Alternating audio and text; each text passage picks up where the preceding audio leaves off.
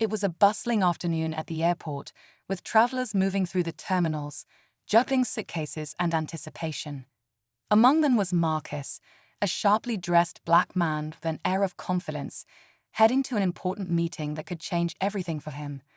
As he approached the gate, ticket in hand, his day took an unexpected turn. "Sir, this ticket doesn't seem valid," the gate agent said, her voice firm but measured. Marcus froze.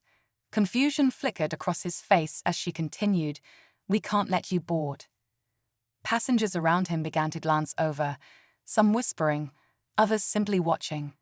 Marcus calmly explained he had purchased the ticket days ago, showing his confirmation email, but the agent refused to budge. Her tone grew colder, subtly suggesting she didn't believe him. Feeling a surge of frustration but determined to remain composed, Marcus stood his ground. But as the minutes ticked by and the tension grew thicker, Marcus decided to reveal something about himself that left the airline staff utterly speechless. What happened next turned a moment of humiliation into a jaw-dropping lesson no one at that gate would forget. Stay tuned to find out who Marcus really is and how his true identity shocked everyone. Marcus felt the weight of every eye on him. He could sense the silent judgments, the assumptions people were making without knowing his story. He took a deep breath and reminded himself to stay calm. It wasn't the first time he faced something like this, but that didn't make it any easier. The gate agent, a middle-aged woman with a stern expression, looked at him with a mix of skepticism and impatience. "Sir, I don't know where you got this ticket, but it's not in our system." "Do you have proof of purchase?" she asked, her voice laced with doubt. Marcus pulled up the email on his phone, showing her the confirmation number and receipt. She glanced at it briefly but didn't seem convinced. "I'll need to call my supervisor," she muttered, picking up the phone. As he waited, Marcus thought about the meeting he was supposed to attend. It wasn't just any meeting, it was a milestone in his career. Missing the flight could derail months of hard work, but that wasn't the only thing on his mind. He couldn't shake the feeling that this wasn't about the ticket at all. The whispers around him grew louder. What's going on? Why did they just let him board? Marcus stood there, holding his composure, knowing this moment wasn't over, not by a long shot. The supervisor arrived, a tall man in a crisp uniform with a practiced, neutral expression. He took the printed ticket and Marcus's phone, studying them closely. "We're just trying to verify the details," he said, his tone even, but Marcus could tell he wasn't convinced either. Around them, the scene was growing more uncomfortable. Some passengers were looking on with curiosity, others with quiet sympathy. A few seemed irritated, whispering things like, "This is holding everyone up." Marcus caught snippets of the murmurs, but he refused to let his emotions get the best of him. What the staff didn't know, and what Marcus hadn't revealed yet, was that he wasn't just an ordinary traveler. He was someone who had worked his way into rooms most people could only dream of. His success didn't come from privilege, but from relentless hard work. Yet here he was, being questioned as though he didn't belong. The supervisor finally looked up. "Sir, we're not seeing your ticket in our system. If you can't provide additional proof, we may have to ask you to step aside." Marcus stared at him, his patience wearing thin. "You've seen the receipt and my confirmation. What more do you need?" The supervisor hesitated, as though weighing his next move. Marcus took a step forward, his voice steady but firm. "Maybe it's time I tell you who I am." The supervisor crossed his arms, narrowing his eyes as he studied Marcus. It was clear he wasn't used to being challenged.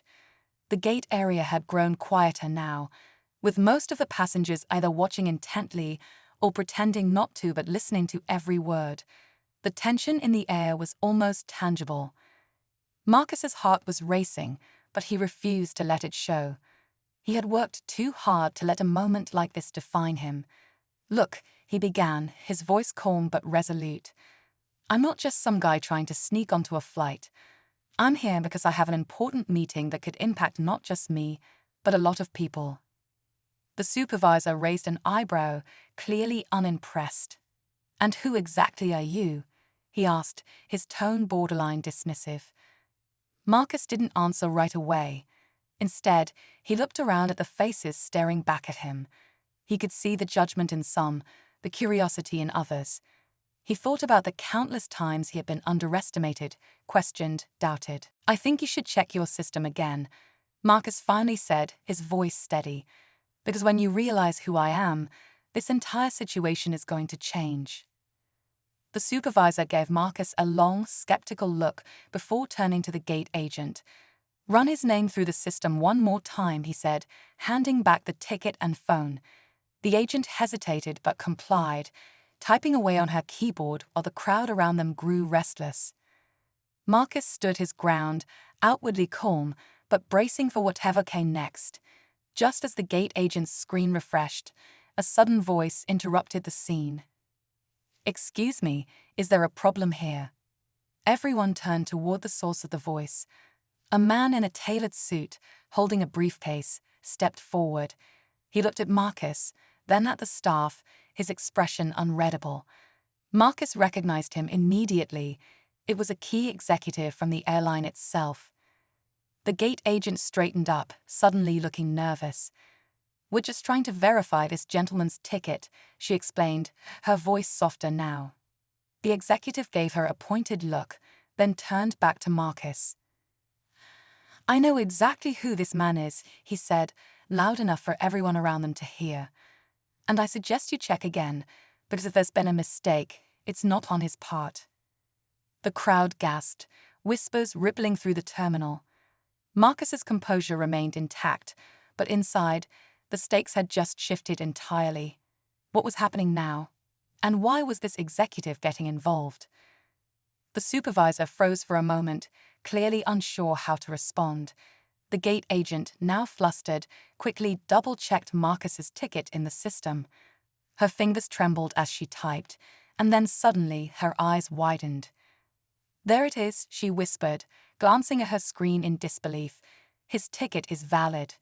I don't know how we missed it before." The executive gave a knowing smile, then turned to the supervisor. "Missing his ticket wasn't the issue here, was it? You made an assumption, a costly one." His words cut through the silence, leaving the staff looking visibly uneasy. But before anyone could respond, Marcus stepped forward. "I appreciate you clearing this up," he said, his tone calm but firm. "But let me explain why this meeting is so important. I'm not just a passenger, I'm an equity investor in this airline." Gasps echoed around the terminal. The gate agent's face turned pale, and the supervisor's confidence drained in an instant. Marcus took a deep breath, looking directly at them. "I'm here because we're discussing a deal that could improve operations across all gates, including this one." The executive nodded, confirming Marcus's words. "That's right. Marcus isn't just a traveler. He's part of why this airline is even running today." The shock in the room was palpable.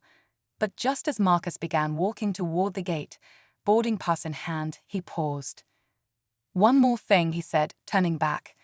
"This experience, it's a reminder of why things need to change. Let's make sure no one else goes through this again." As he boarded the plane, the whispers behind him grew louder, not with judgment but with awe. The moment had shifted completely, and Marcus had left an indelible mark that no one would forget.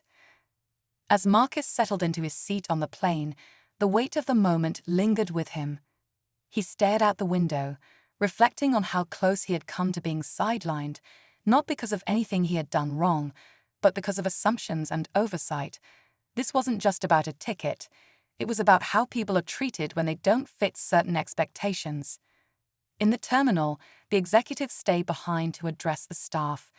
"Let this be a lesson," he said firmly.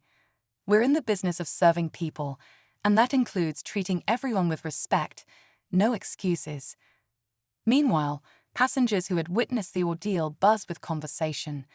Some were still stunned by the revelation of who Marcus was. Others quietly admired the way he had handled the situation, with dignity, patience, and determination. As the plane taxied down the runway, Marcus opened his laptop and began reviewing his notes for the meeting ahead. He knew this day would stick with him, not just as a personal experience, but as a reminder of the work still left to do, both within the airline and beyond. The flight lifted into the sky, carrying Marcus toward his next milestone. And for everyone who had witnessed what happened at the gate, the story would serve as a powerful reminder: never underestimate the person standing in front of you.